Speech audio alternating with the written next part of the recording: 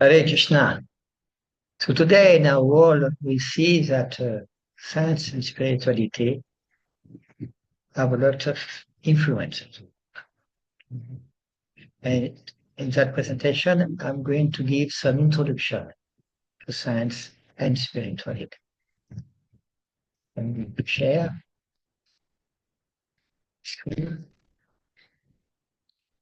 So of course, I dedicate that presentation to my different teachers in science and spirituality that I had all my life, and especially to Srila Bhakti Sridhar Maharaj, what his civil name was Dr. K.D. Singh. He had physical organic chemistry, a PhD in. And Srila Bhaktivedanta Swami Prabhupada is the founder Acharya of the Bhaktivedanta Institute.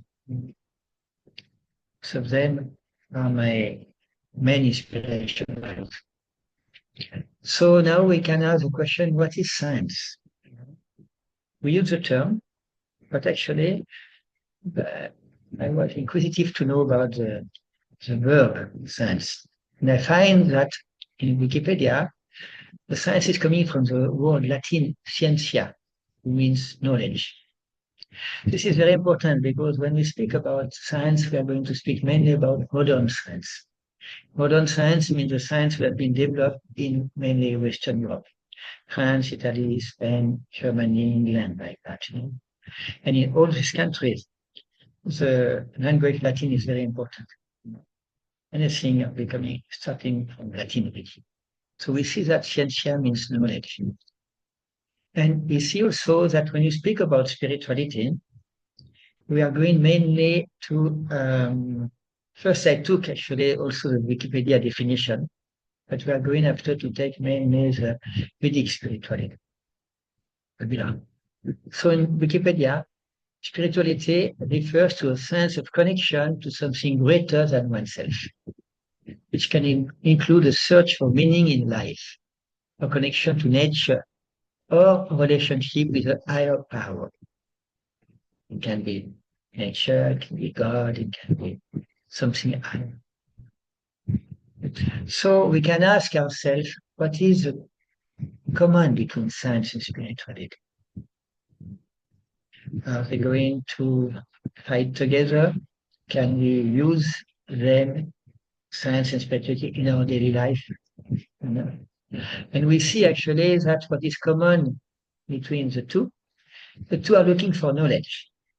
We have seen scientia come from the word, scientia means knowledge in Latin, and we're going to see the spirituality according to the Veda. Veda means also knowledge. And both of them, they need some proof or realization.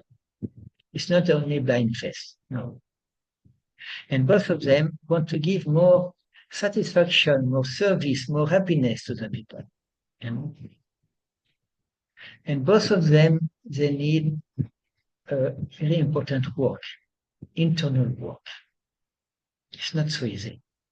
To study science, we see that to study a few years of topics like science or spirituality, not everyone can do. Not everyone can have a PhD, for example, or doctorate in science or theology. Not everyone. Need a lot of work and a lot of introspection. When we do this study, this must follow our nature. Not everybody can study for a few years of topic. So it is internal work. And science and spirituality have that thing in common. And before going in that presentation, I think it is very important to understand what is the difference between religion and spirituality. We see in a modern world, there are many problems coming. Terrorism, fanaticism, to become fanatic. Many things are coming from persons who present themselves as belonging to a religion. So it's very important to understand there is a difference. And yes, there is a difference. Because the religion, they have a beginning. And they maybe have an end. And the religion are based mainly on faith. And faith can change. Today I can be a Catholic person, I can become Hindu, and become Muslim. It's not easy to change. When you get out of your own religion, many people in your religion are against you.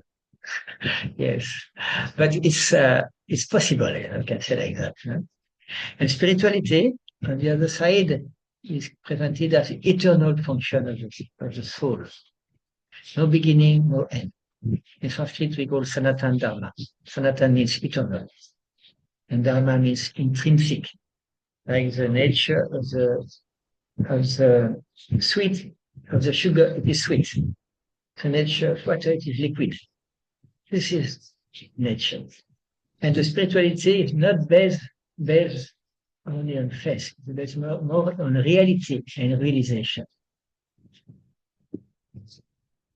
So this is very important to understand the difference, because in that presentation and on the other presentation, I'm going to use a program on the relation between science and spirituality, not so much on science and religion. So now the question is, do we have different spirituality? We have different religions, yes. So do we have different spirituality? Of course, it depends on the definition of spirituality. That is the soul, that is God. There are different gods, different souls. This is question. So you can find for yourself. Study the topics. Do we have different spirituality? Now we are going to study a little the history of science, the topics of science, not spirituality. So we see in the history of science in general, it is a lot of science, a lot of evolution and revolution, actually. It's not simple topics like that. No. It's a lot of activity, science. And actually, the main revolution, scientific revolution, has been taken place in Western Europe from 1943 to 1687. And actually, because this is the beginning of what we call modern science that we use today. The scientific revolution was a series of events that marked the emergence of modern science during the early modern period, when development in mathematics, physics, astronomy, biology, including human anatomy, and chemistry, transformed the views of society about nature.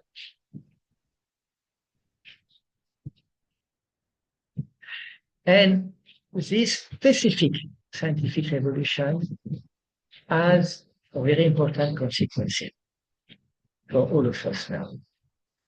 Before that scientific presentation, before 1943, when the people were studying, we can say, college and university, it was already existing, of course, everywhere in the world.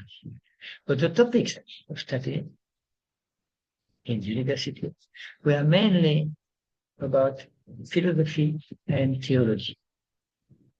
Mainly. But after that specific scientific revolution, the topic changed. And it was a tendency to separate from the theology of the question related to theology and philosophy. And that separation became more and more. This is why now, mainly in a Western country, like Western Europe, it is difficult to reconcile science and spirituality. We can choose one, but not the two. And we see actually that the modern science is mainly answering how the thing happened, how we can digest things, how the universe is working, why there is this gravitation theory. This explains how the thing happens, but not why. And we see now in the division of science, modern science actually, that It's not always easy to divide the science, but more or less, we can say there are three divisions. One is dealing with the natural science. This means physics, chemistry, and biology, who studies the physical world. Around us, our body working. We have also the behavioral sciences, like economics, psychology, sociology, who study individuals and society, different systems of sociology, different system of economic, different system of psychology. And we have the third division is the formal science. This is becoming more and more important now. It's about the logic, the mathematics, and especially informatics, computer science.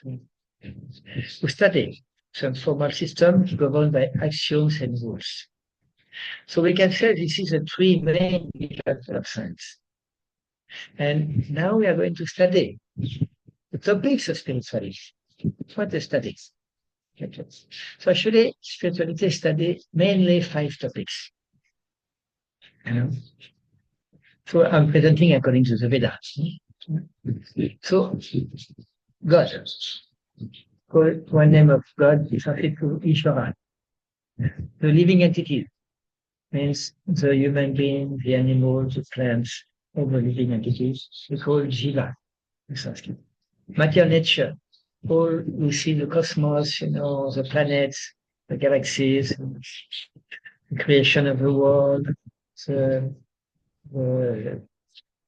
the planets who are moving, like that is called Prakriti in Sanskrit. The time, Kala, what's happened in different periods of the life, in our own life, of course, and the universe, and its time in different cosmos, different even spiritual world, time called Kala. And the result of our activities are called karma. Karma means activity. According to our activity, we have a result. We can all understand that point.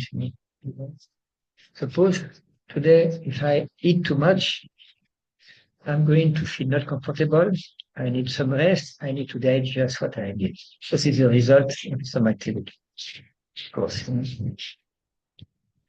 So now we are going to see the different system of getting knowledge that modern science and spirituality are using. Because both of them, science, according to the Latin, scientia means knowledge, and Veda means knowledge. So both of them are connected to knowledge. But what they use a different system to get knowledge. Actually, modern science is mainly using observation. Firstly, we call projection. For example, Newton, law of gravitation. This started by looking from some fruit like apple who fall down from a tree, the apple tree. And he was thinking, he was inspiring, he was trying to connect by observation, and gradually he developed the law of gravitation. So the scientists are using a lot of observation. And also hypothesis, shortly we call anomana. For example, the theory of Darwin.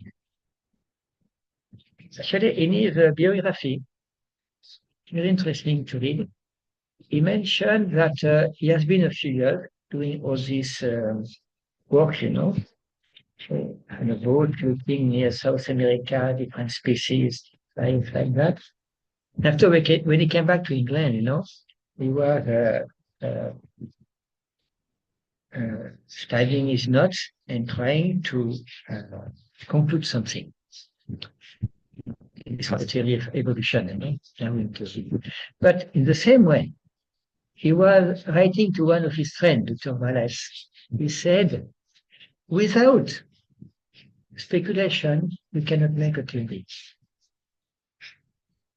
So actually, he wrote that and we can, according to him, according to what he wrote, his theory of evolution, called Darwin theory, is a speculation, according to his own word. Of course, he had many ideas, and some other scientists have developed that ideas first. But we can see that he was using the hypothesis system. And what is common between pratyeka, means observation, and Anumana hypothesis, it is ascending process. The center is a living entity, us, or the nature around us. And we have the center, and we observe the thing around us. And we have some hypothesis, and we do some theory. So this is the ascending process.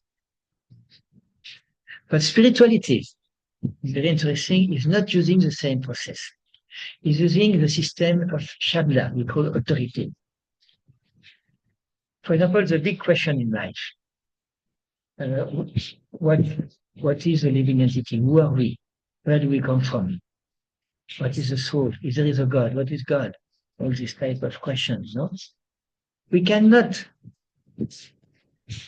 give answers by using observations. We cannot observe the soul. We cannot observe the other planet, life in other planets. We cannot observe what the person who is sitting 5 meters near me, what he thinks, what is his consciousness. We cannot. They are very limited for this type of questions. So the Veda explains that we have a descending process. Of course, for having faith in the descending process, we need to realize the teaching of this descending process. And we need to have some bona fide sources.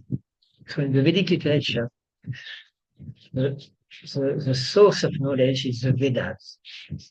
There have been many books have been written, a manuscript, of course, more than 5,000 years ago, Sanskrit language in India. It's unlimited, the knowledge in the Vedas.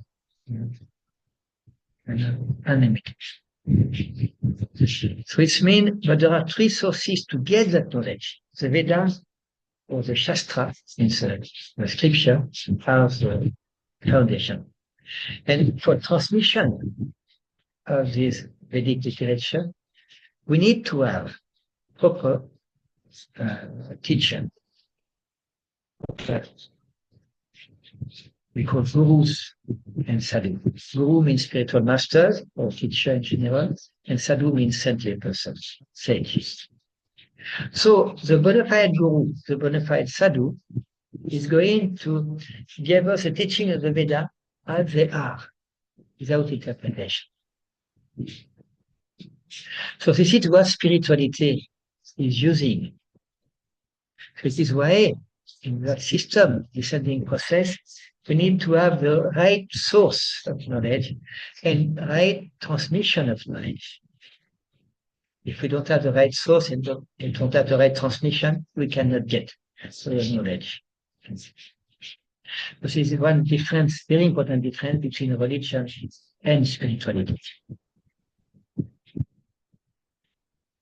Of course, now we can ask a question, what is different between science and spirituality? Most of them are dealing with knowledge, and you can see like that. The topics are different. Because in science, we deal mainly, we try to understand what is around us. The nature, the cosmos, the planets, we try.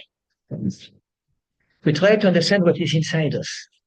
For example, how the digestion is doing, how the mind of a person is evolving, consciousness study.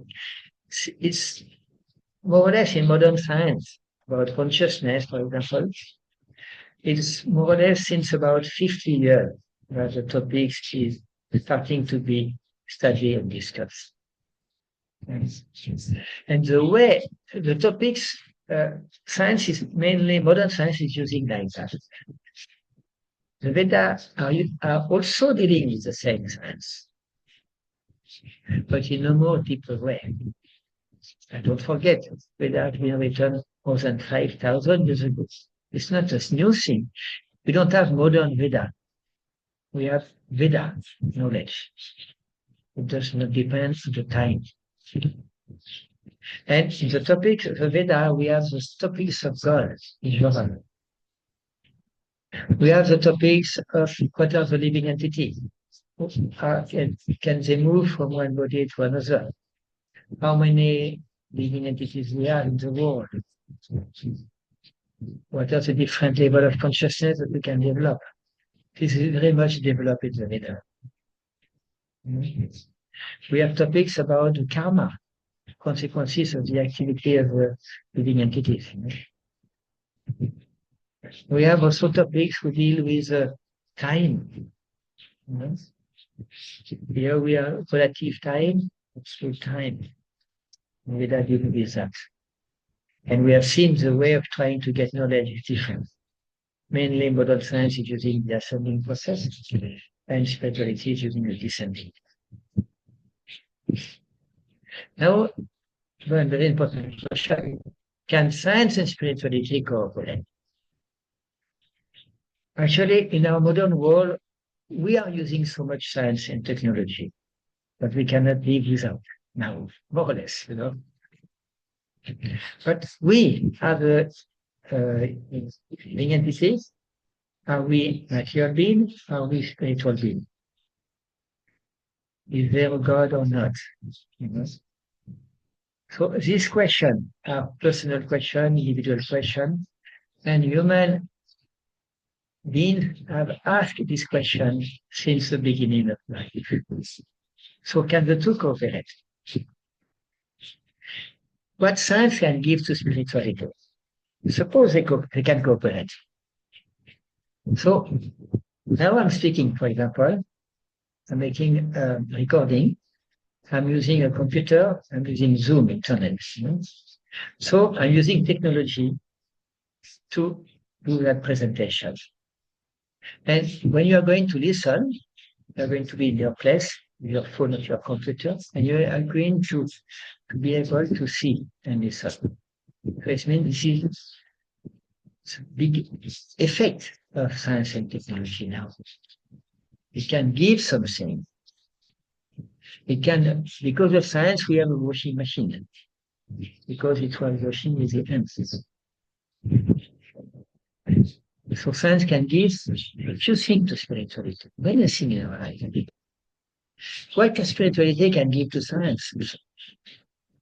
So we see now, especially in our modern world, there is a lot of problems in the world. Terrorism, war, many war connected with religion, like that, just recently, India, Pakistan, Ukraine, Russia, Palestine, Israel, it's without stopping, problems are there. So, what spirituality can give to science?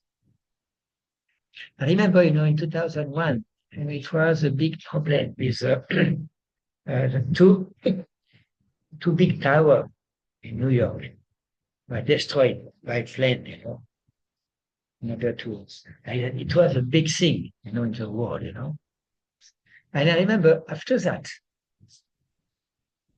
many more dialogue started between science and spirituality because the big tower, the planes, have been made with technology. How it has been used by people who were saying, I am from that type of religion. How it's possible? So, the religious leader, are they able to have influence on their students, we can say like that? Not a question. No. And sometimes religious leaders, religion have different opinions. We have different sects. So it means we need to think about the value, like consciousness. Have we the right to kill people because it's not the same religion than me? So spirituality can give something to science. Now, since I am addressing that presentation mainly to Skandinavia, and of the Krishna movement, I have done something little special about ISKCON. What is ISKCON? Is it a religion or a science? So I am going to present the religious approach and the spiritual approach, the scientific approach of the same topic. Of course, in that approach, the religion approach, I have taken something with the extreme, but to let us more understand. In an extreme religious approach, you can say a little fanatic religious approach like that. Salvation is guaranteed to you only if you follow our conditions.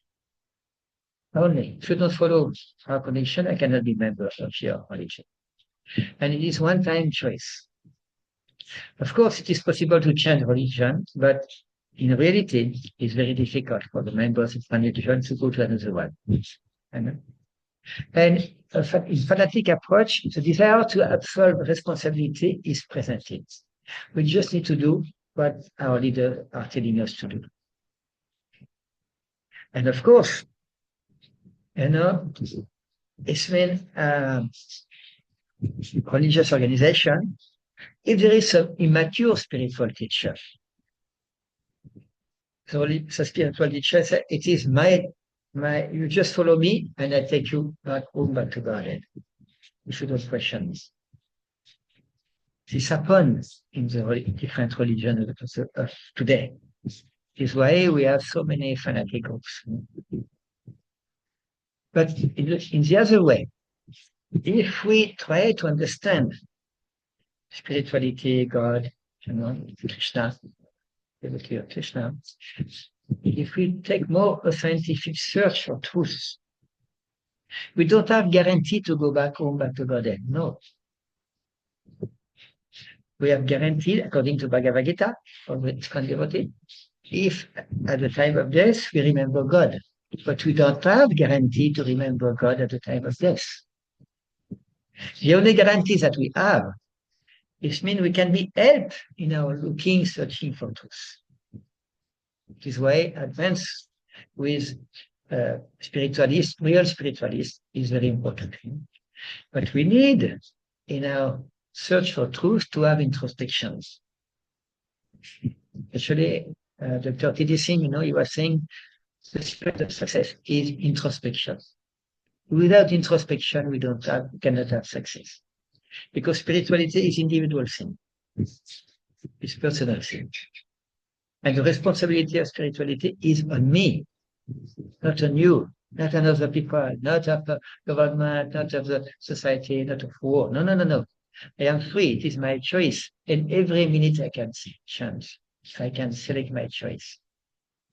Yes, I'm a free person. So we have to understand the spiritual sense correctly and follow it to the best of our abilities. And of course, if we do like that, we need to answer questions and clarify our doubts. So this is a scientific approach. So now, the future of this code is going to change according to the approach that we take. Religious or science. The future of this code as an institution is going to be different if it is religion or science. And as individual of ISKCON is going to change if it is religion or science. So now, Srila Prabhupada, the founder, Acharya of ISKCON, and also the Bhaktivedanta Institute, and also the Bhaktivedanta Book Trust, BBT, he, around the year 1993, 1994, and till 1997, where he left the body, it was a lot of more and more discussion about the scientific approach to Krishna consciousness. In 1973, one of his disciples, called Rahu Damodar Prabhu at the time, after he is going to be known as Bhakti Sarudamar Maharaj, so having sannyas initiation, and his civil name of Dr. P.D. Singh, he wrote a book in 1973 called The Scientific Basis of Krishna Consciousness. Srila Prabhupada was so happy with that book, that he was asking that book to be part of the BBT, Bhaktivedanta Book Trust. So you can read that book. Very interesting book. Actually, I'm going to do a program after that presentation. But I'm going to take some of the essays in the book of Srila Bhakti-Sarodhana Maharaj one by one. And my next presentation is going to be the scientific basis of Krishna consciousness. But as the topics I was presenting like that.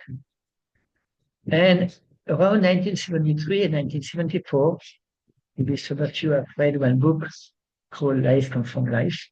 It is discussion, conversation with Srila Prabhupada and some of his scientific devotees, especially at that time, Sarodhana Prabhu. And it is conversation. And Sarodhana Prabhu is playing the role of a modern scientist, and Srila Prabhupada is answering. That book is only a few conversations of their discussions. There are quite more. Srila Prabhupada was putting a lot of emphasis of developing this Bhaktivedanta Institute.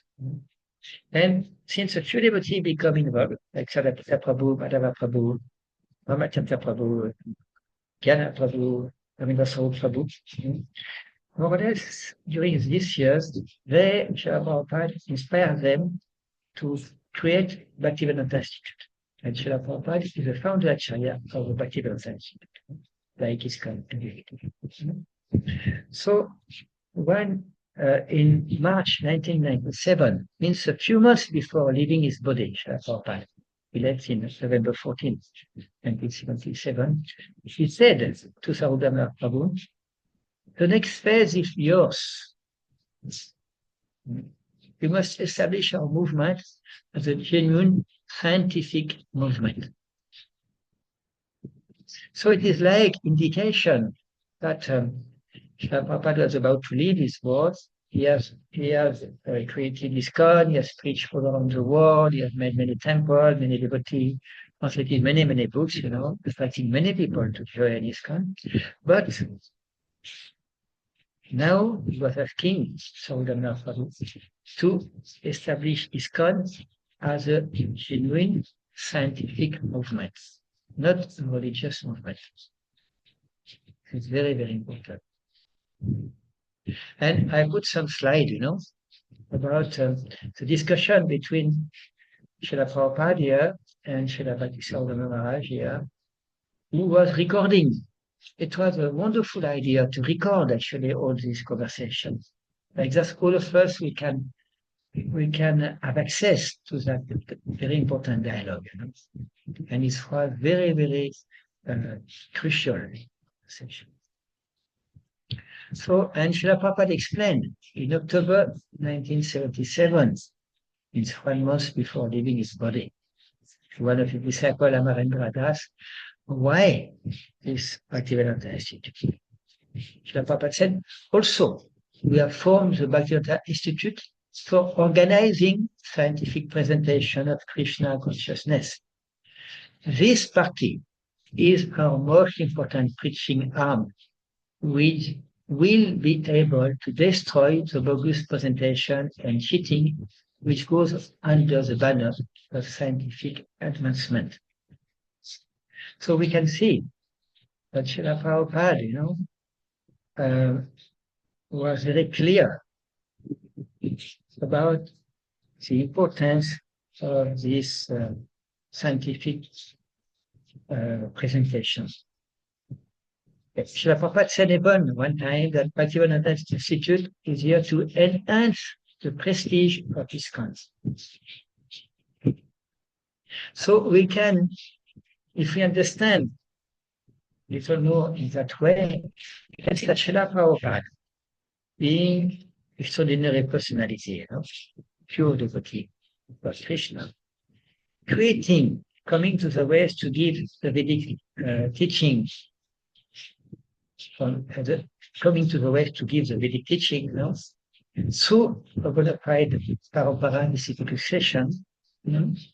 So having a full vision of the Vedic literature, it just created discomfort, then like on the book then Bacterial Info Institute. And these three organizations together can attract everyone in the world. You know? Some people are more inclined to religion, to rituals. Some people are more inclined for reading, thinking. Some people are more inclined to study the science and present spirituality with the scientific terms.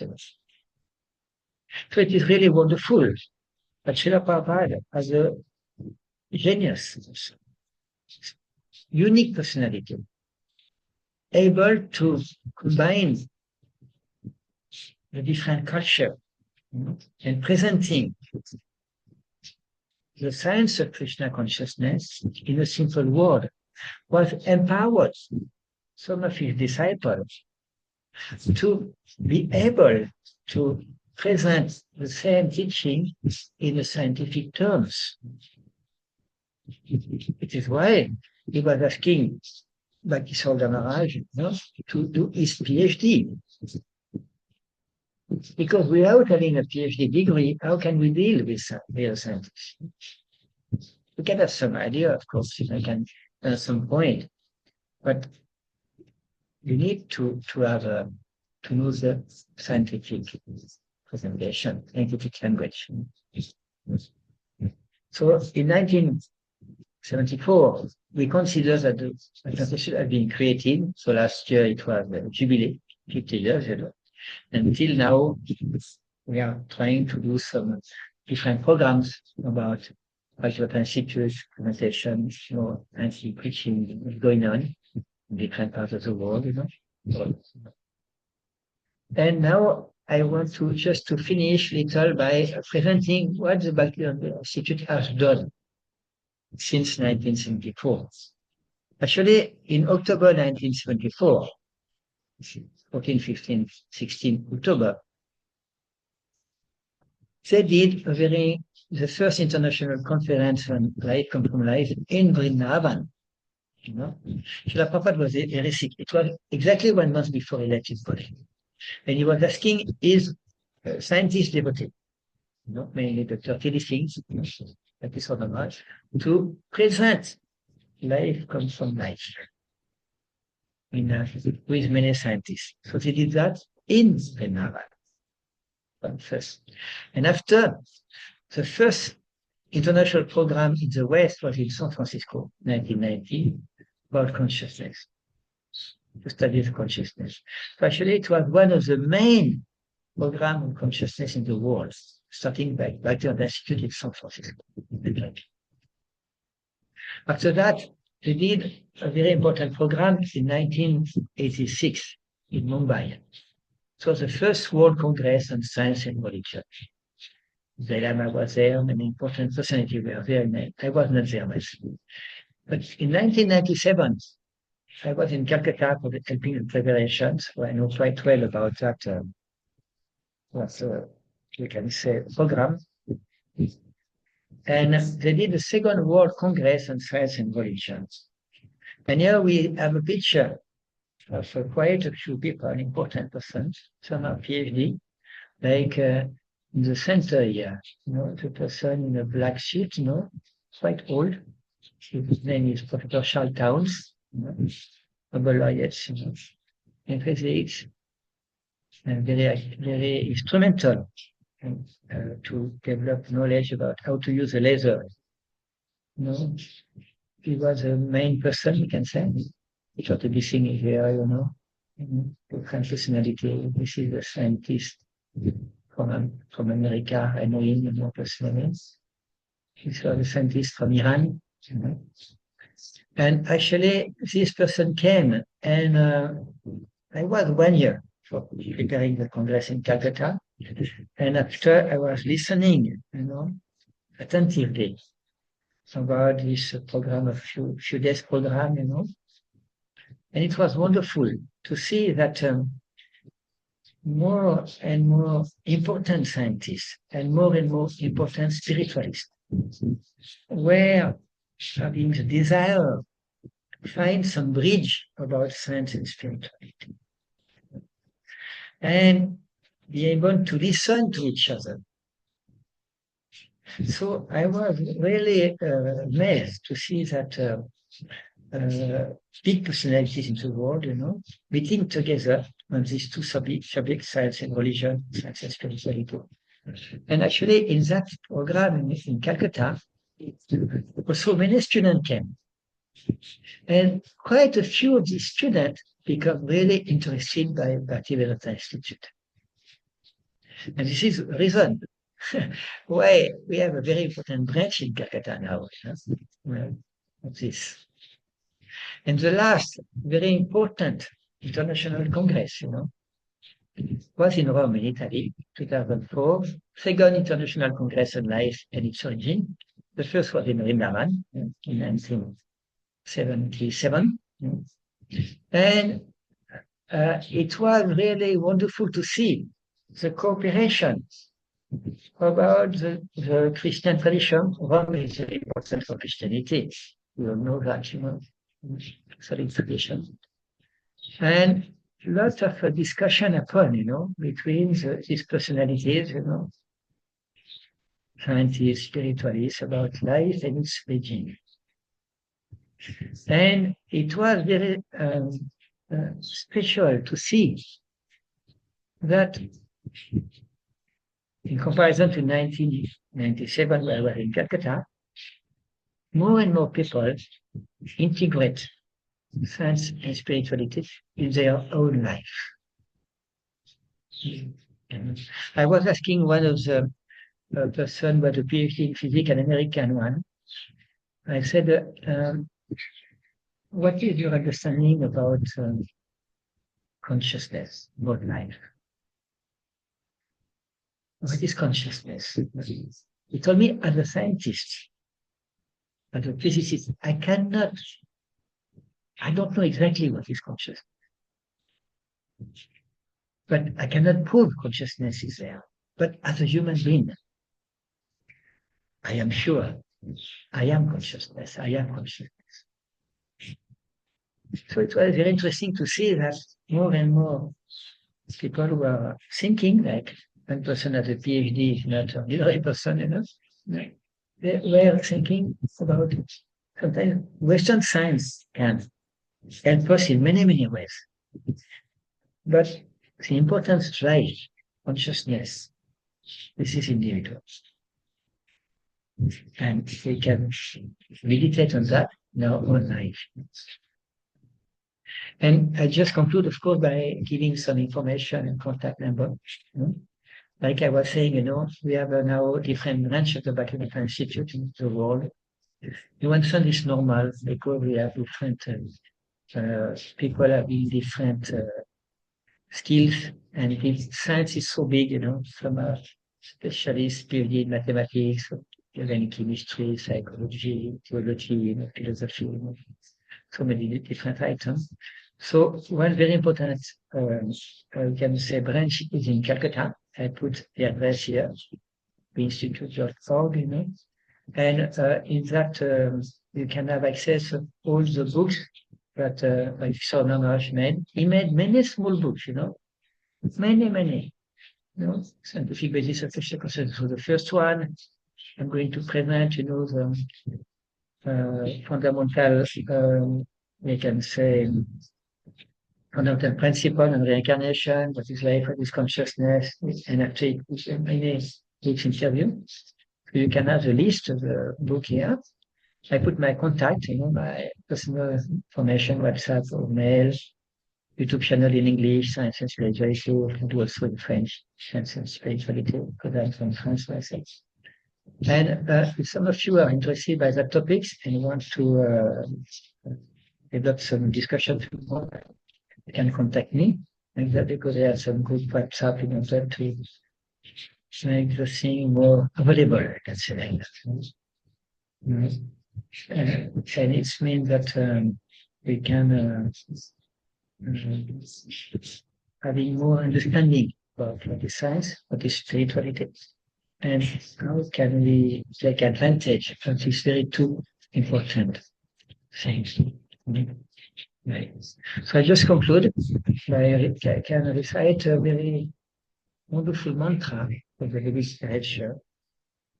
It's called Sarva Sukhino Bhavantu, means that everybody must be happy. Hare Krishna.